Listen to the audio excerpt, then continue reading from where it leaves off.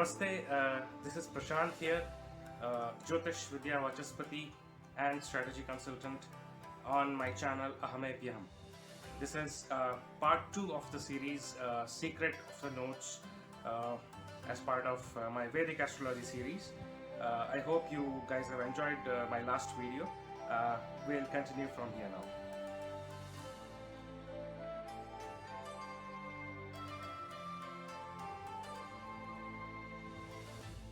In my last video, I covered an introduction to Rahu and Ketu, that is the nodes or the lunar nodes.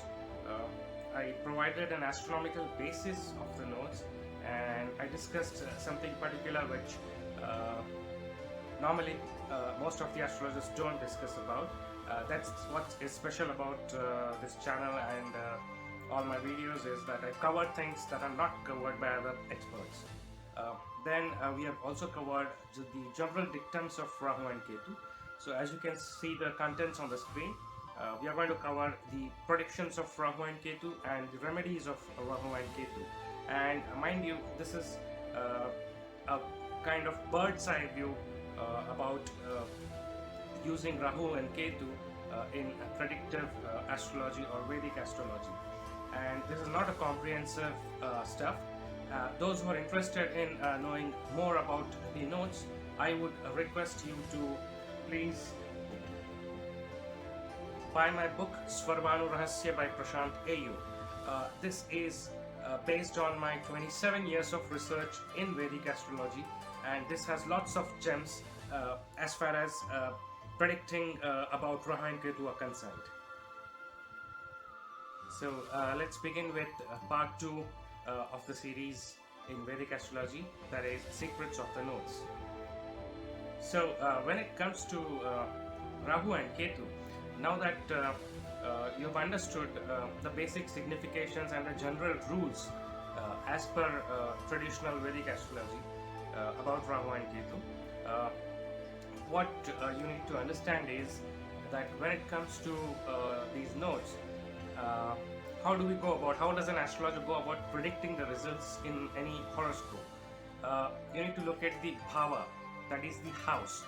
House or bhava means as counted from the ascendant, that is ascendant is considered as the first house, and then second, third, fourth, so on till the 12th house. So you have to check the bhava where these nodes are posited, whether Rahu or Ketu.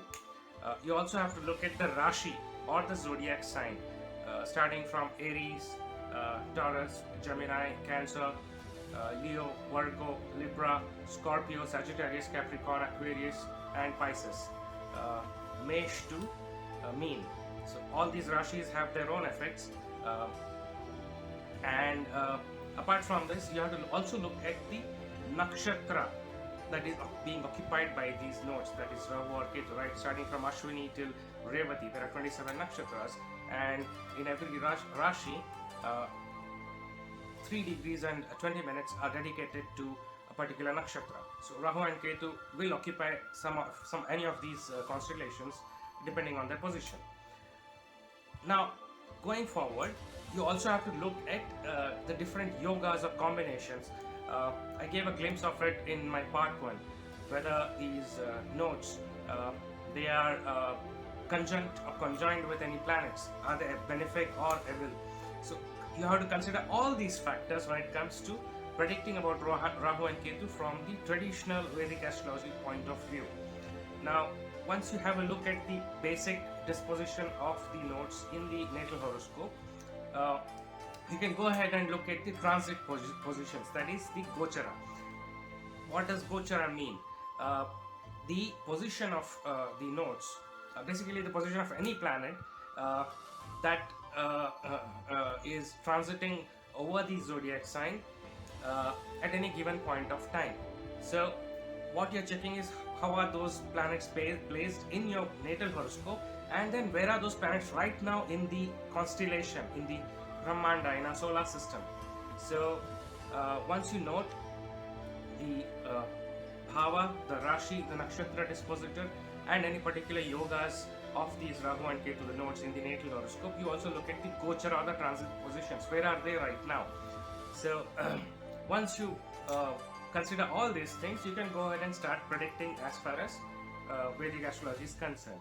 And for those interested to learn more about it, there are lots and lots of books, classical Vedic literature, and many books written by modern astrologers. You can also find a lot of information on the internet as well as on YouTube. So you can go ahead and learn from there. What I'm going to cover is something different. I'm going to teach you something about something which is unorthodox. It's a method developed through my own 25 or so, 27 years of experience of practicing Vedic astrology. In my unorthodox method, what you need to do is you have to look at the dispositor of the nodes, that is Rahu and Ketu, both the Rashi dispositor as well as the Nakshatra dispositor. Next, what you do is you look at the Bhrigu Bindu.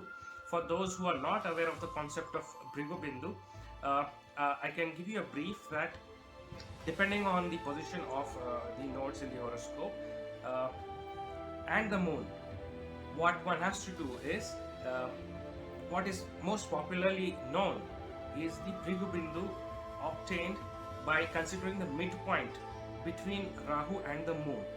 Okay, so that midpoint is popularly called as Bhrigu Bindu. But as far as my method is concerned, I'm looking at two different Bhrigu Bindus. One is the Bhrigu Bindu generated by Rahu, that is the midpoint between Rahu and the moon. The other Bhrigu Bindu is the Bhrigu Bindu generated by obtaining the midpoint between moon and Ketu. So we will have two Bhrigu Bindus here, and it will be more easier to understand with a practical example or a horoscope that we'll discuss further. So you can see on your screen there is an example chart which I have displayed in the South Indian model. I prefer that because it's very simple and easy to understand. You can note that in this example chart, Rahu is occupying Aries, while Ketu is occupying Libra, being 180 degrees away from each other. Now, to let you know that the sign dispositor of Rahu, that is the ruler of Aries, Mars, occupies Sagittarius. So I've indicated that as RRD, that is Rahu Rashi dispositor. And let us assume for ease of doing business that Rahu is occupying Kritika Nakshatra. So the Nakshatra dispositor of Rahu is Sun, which is in Aquarius, which are marked as RND, the Rahu Nakshatra dispositor. Likewise, the sign dispositor of Ketu is Venus, which is exalted in Pisces, indicated as Ketu Rashi dispositor. And the Nakshatra dispositor of Ketu is Jupiter, which is occupying Taurus. I've indicated as Ketu Nakshatra dispositor. Now, if you can note at the chart, if you are a practicing astrologer or a student of astrology, you can notice that I have not marked the ascendant nor any other planets except those that are connected to Rahu and Ketu. So you can see moon is there because we need to calculate the Bhrigu Bindu. The Bhrigu Bindu of Rahu, that is BBR, and the Bhrigu Bindu of Ketu, BBK. Now you can see that the first Bhrigu Bindu, that is the BBR, is located in Gemini, because that's the midpoint between Rahu and moon, since moon is in Leo. And the Bhrigu Bindu of Ketu is in Virgo. So you can see we have Rahu and Ketu in the horoscope. We have the Rashi and Nakshatra dispositor of both these nodes. We have the moon, and we have both the Bhrigu Bindus. There are no other planets here. I have not covered the planets that are missing. For example, we don't have even Sun and Moon are not required if they are not connected to Rahu and Ketu. Here we have, because Sun is the Rahu Nakshatra dispositor and Moon is needed because we need to calculate the Bhrigu Bindu. Otherwise, Moon is also not needed. So you don't see Mercury here. You don't see there's so many other planets that are not here. So you have to just focus on Rahu Ketu, the Rashi Nakshatra dispositors, and the Bhrigu Bindus of Rahu and Ketu. Purely based on this, one can actually give sure shot and snapshot predictions, so which are displayed on the screen right now. For example, in this particular natal horoscope, it can be observed that the native will be quite talkative and possess harsh speech. Why am I arriving at this prediction. Number one reason, Rahu is occupying Aries. Now Aries is the first house of the Kala Purusha chart or Kundli, and the first house represents personality. So Rahu is going to give me something about the personality of this individual. First thing. Second, the Rashi and the Nakshatra dispositor of Rahu both are fiery, that is Sun and Mars, and it is Aries obviously. And the Bhrigu Bindu generated by Rahu is Gemini. Gemini is the third house in the Kalpurusha Kundli, which is the house of communication. So, considering all these factors, I can say that since there are airy planets and airy signs involved and the house of communication involved, as far as Bhrigu Bindu is concerned, I can safely arrive at the conclusion that this native has to be talkative and also possess harsh speech. Likewise, if we look at the position of Ketu, now Ketu is in the 7th house of Libra as per the Kalpurusha Kundli. See, I'm not looking at the ascendant. If we consider the ascendant, the results might get slightly modified, and yes, that has to be done. But first, let us try to analyze what Rahu and Ketu are presenting to us. So, Ketu being in the 7th house, it indicates the house of routine activities and the general public. Now, the Rashi and Nakshatra dispositor of Rahu are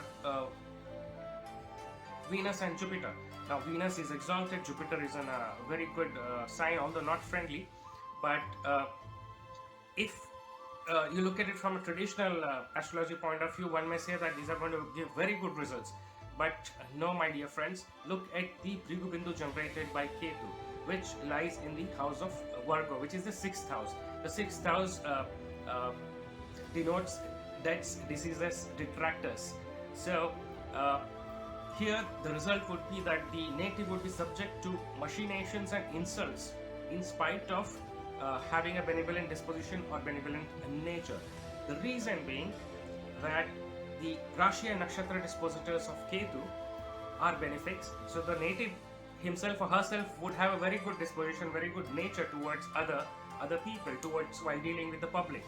But because the Bhrigu Bindu is in the 12th from the placement of Ketu, and which falls in the 6th house of the Kalpurusha chart, that means he will have a lot of people, enemies or backbiters who will do a lot of machinations against the person and lead him to some kind of loss of name and fame. So a kind of there will be situations where the person will have to face insults. So these are the kind of sure shot and snapshot predictions that can be given purely based on Rahu and Ketu alone, based on my unorthodox method. I hope that my method is being understood by all, and it is interesting. For those who are interested to know further, we'll have a look at the remedies of Rahu and Ketu, because what use is of any prediction if you don't have a remedy for it. So before we discuss the remedies of Rahu and Ketu, let me clarify that the remedies for Rahu and Ketu done for the sake of remedy do not work, they never work. You have to understand that because these lunar nodes, Rahu and Ketu, they are considered as karmic control planets. So they have the maximum influence on human life, and that is one of the reasons that superficial remedies don't or seldom work, and the karma needs to be aligned or redeemed to get real tangible results. Hence, generic remedies may not yield results. Specific remedies are needed as per the individual natal horoscope. So we'll have a look at it further. Now, we are talking about remedies of Rahu and Ketu, and incidentally, during the recording, my microphone as well as the focus light, they seem to be malfunctioning. So I think, I presume Rahu and Ketu are also playing a role in this particular video. Anyhow, let us continue.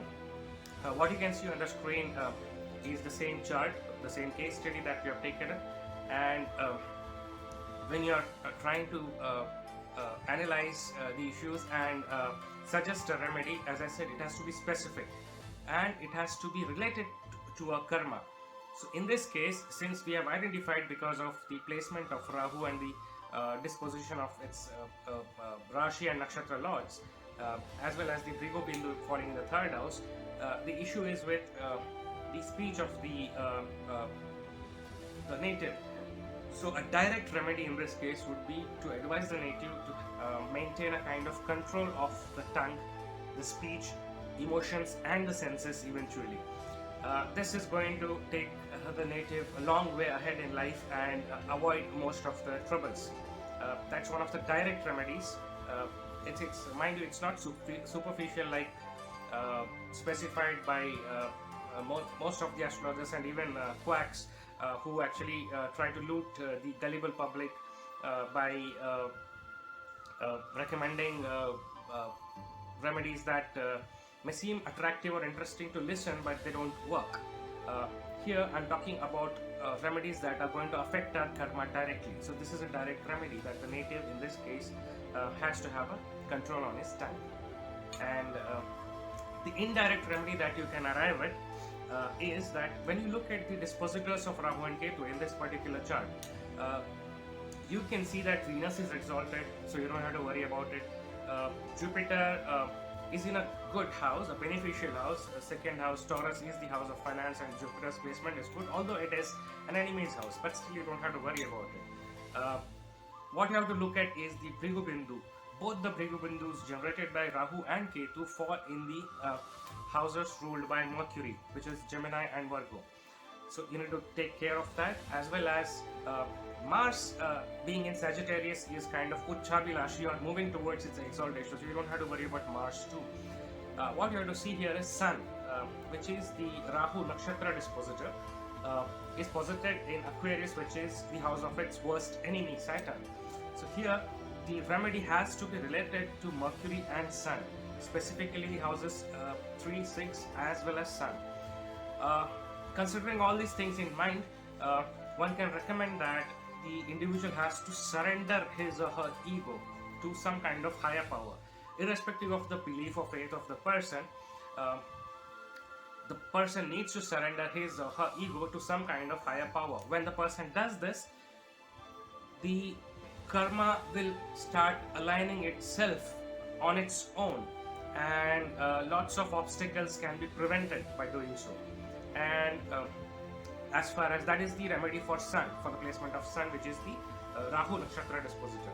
Now, if we look at the remedy related to the Brigu Bindus, because Brigu Bindus specify certain ghora karma or hard kind of karma that is very hard to change, modify or manipulate. That kind of karma from past lives, that is, it is sticking to us from our past lives. So one really needs to put in lots of efforts to release those kind of karmic debt. So here you can recommend the native to help those people who are troubled by debt, diseases and detractors, basically the significators of the 6th house. So what can the native do is help those in needy in different ways. He or she can help the person in financial matters, in medical way or a legal way. That is to say that one can visit hospitals or help patients for their treatment. One can kind of help people who are in stuck in false litigations, those who are poor and needy. So these kind of help, if ever done by the native, will actually release the native's karmic debts, and these kind of remedies will really work for the person throughout the life. Now that we have covered the remedy, somehow miraculously my focus light has come back. You can see a brighter face now. So I believe the nodes Rahu and Ketu are blessing us. Thanks for watching this video. This was part 2 of Secrets of the Nodes in my Vedic Astrology series. As you can see that the way I look at astrology is totally different from what is being marketed and perpetuated by other people these days. So those who are interested to know more, please go ahead, buy my book SWARBHANU RAHASYA by Prashant AU. This is me when I had beard and mustache. while authoring this book. This is published by New Age Publications, which is an imprint of Motilal Banarsidass. It's available on mlbd.in, on Amazon, on Flipkart, and many other e-commerce sites. Please go ahead and buy this. Till then, take care. Ciao.